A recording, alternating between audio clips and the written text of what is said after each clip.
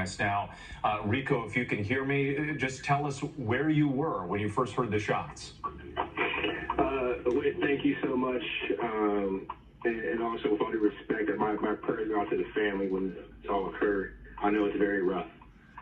So I was positioned probably about maybe 20 feet away from President at the point in time when he was making his address. I was to the right of the stage due to me being I was a speaker at the event. So I did my speech earlier today during the pre-program, and I was a few feet from where this all occurred. We heard the shots, and I thought it was, first night was fireworks because, people are on edge, and any kind of loud boom you hear, you're at that gunshots immediately, especially because of the environment of what was going on. And I turned around, and someone yelled medic, and I looked, and there was no way a medic could have got to that person in time, so I left my seat, took my tie off, I jumped over the barrier, and I ran to the individual. But when I got there, it was too late. The person was bleeding out through their head. And like I said, once again, respect to the family because this is a very tough time. But they were shot, and I tried to, block the wound. I held a towel against it, and until medical team arrived and got him out, and from there I helped the police and crowd control with getting people out of there because people were very nervous, people were very hesitant, and we had to move people fast and get them into a safe location opposite of where the shooter was at or said to be at. So I assisted with getting people down and getting people out. And trying to keep kids calm and just get people clear. Wow, Rico. Obviously, we want to be sensitive to the victim's family. But can you tell us more about this person, where they were? Was it a man? Was it a woman? Well, it was a male. It was a male victim. He was literally just sitting there in the stands. He had to be maybe 3 or 4 rows up from the bottom of the bleachers where everybody was sitting. And 1 second, everyone was cheering and happy and listening to what Trump's saying.